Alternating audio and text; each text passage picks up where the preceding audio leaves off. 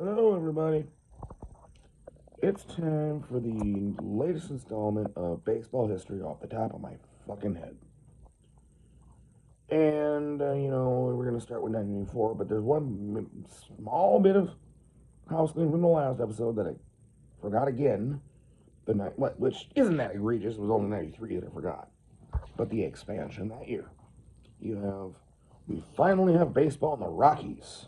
The Colorado Rockies go to Denver. And you get the Florida Marlins.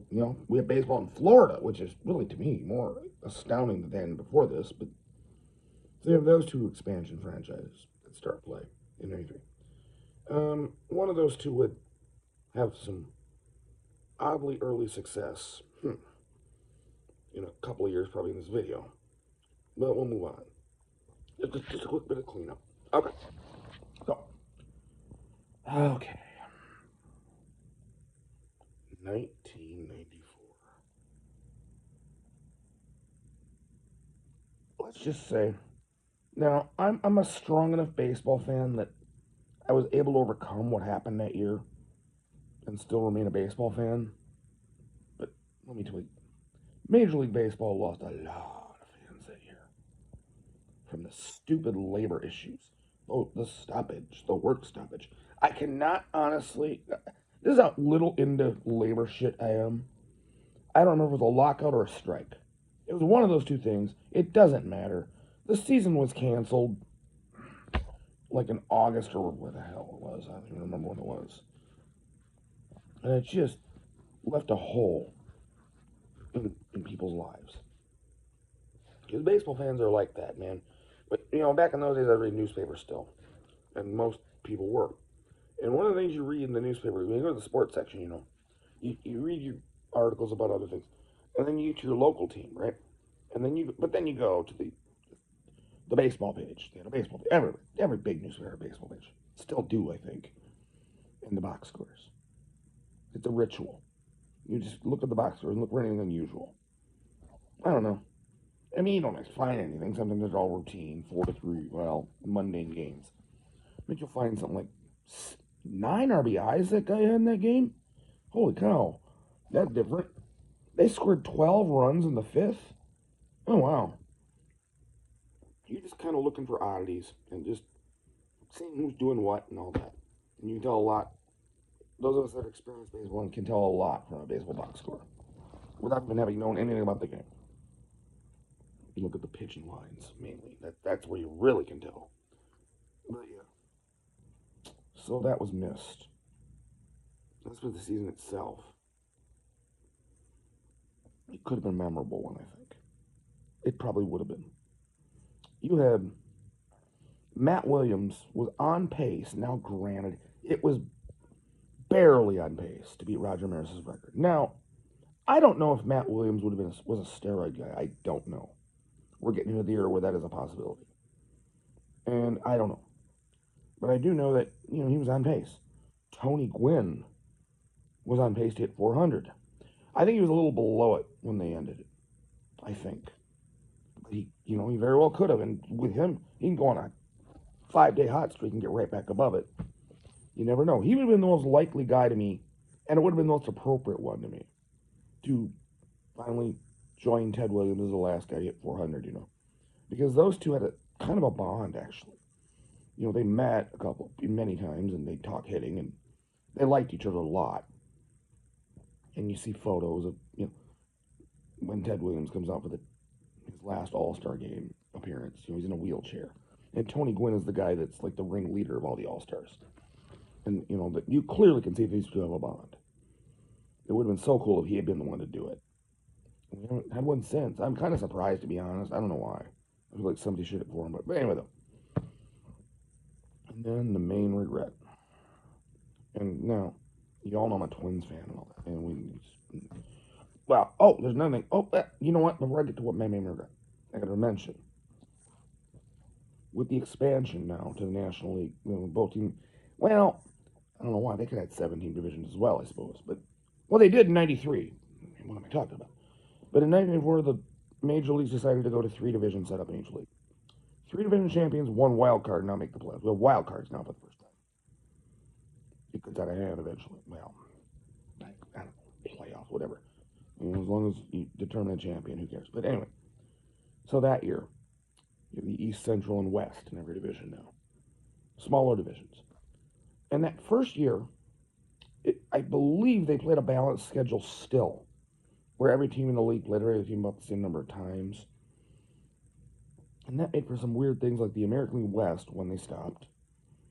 The Texas Rangers, who had never won a division before at that point, led it with like a 53-62 record or something like that. I mean, they were 9 games under five, and they were leading that division. So that would have been weird. And it's well, going to a schedule that weighted towards division play helped there. And I think Major League realized that. That's why they switched that. But that could have been a fiasco if the Rangers had made the playoffs or whoever. The Mariners were in contention that year. God forbid.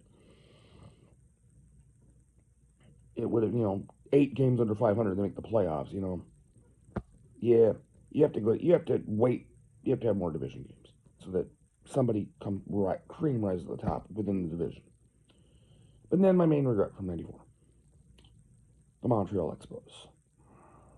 Now again, I told you I was a Twins fan, but I have a soft spot in my heart for that franchise, the Expos. And I know there's still the franchise itself still exists. As the Washington Nationals, who did finally win a World Series in 2019, which I suppose we'll eventually get to. Yeah. But the Expos, man, 70-43 when they stopped.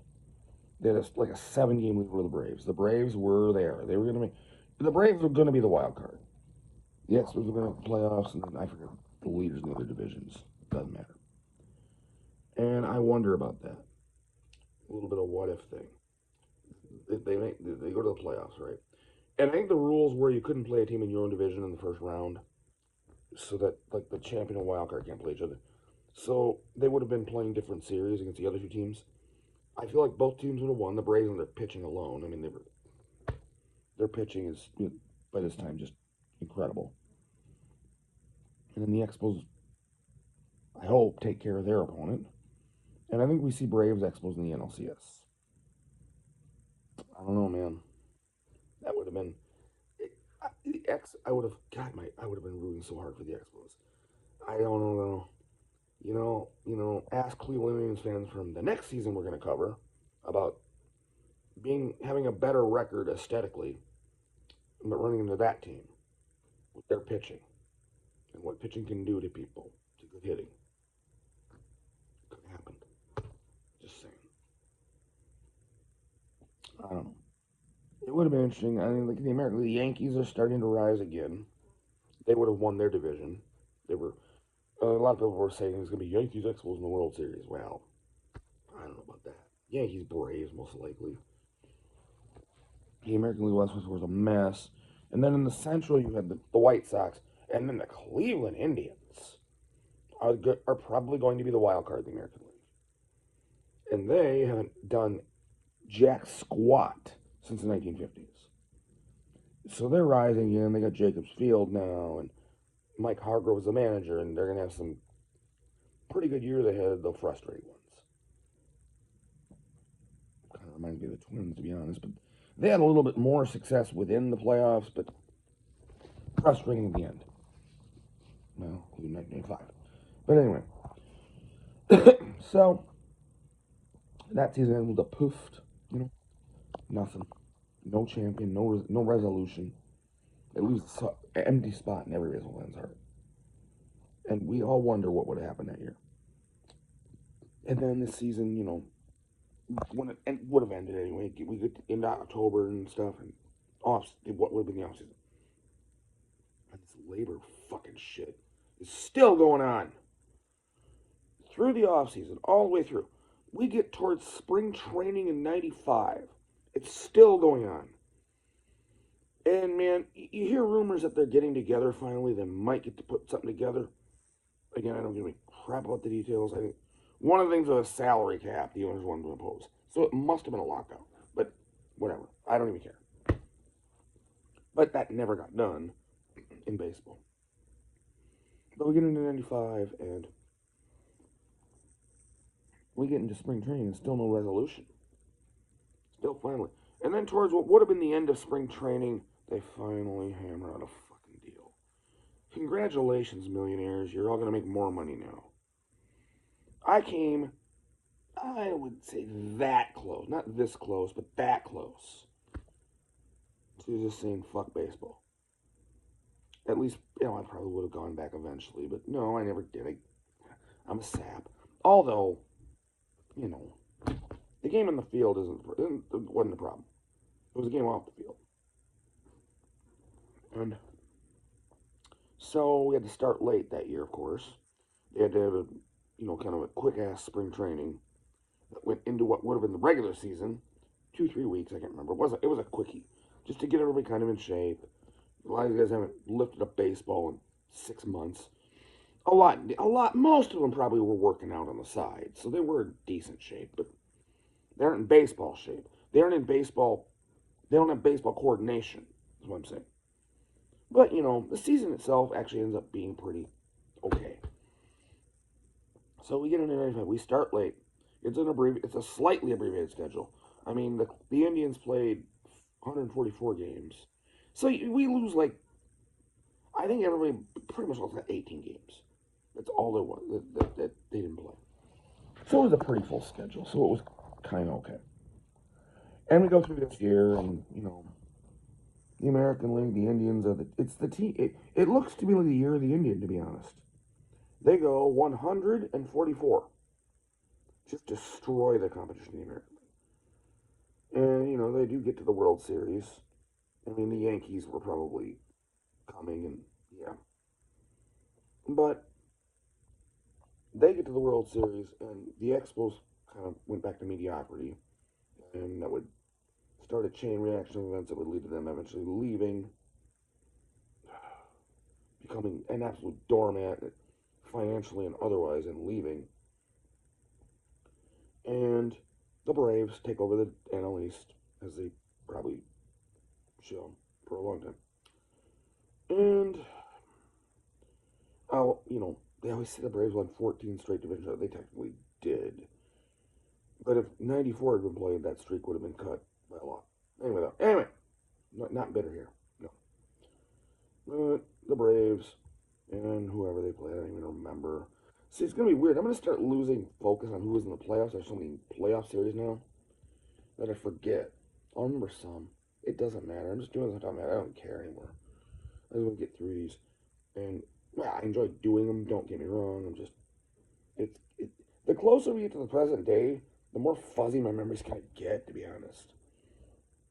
But, maybe I'll do some quick research off time. Refresh my memory on some years. Which I don't think is cheating. If I just have the bare minimum and go from there.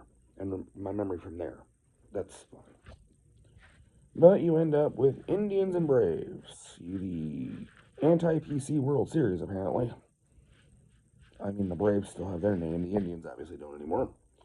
But the Indians, everybody thought was going to win because of their huge, awesome record that, 144, man, that's crazy. But the Braves had their pitching. And their pitching made that series. I believe it ended in 6. The pitching dominated. It's just, it was actually kind of sad. I was rooting for Cleveland to win it. From what they've been going through for the last 50 years.